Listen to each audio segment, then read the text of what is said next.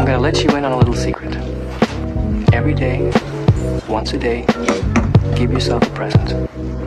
Don't plan it, don't wait for it, just let it happen.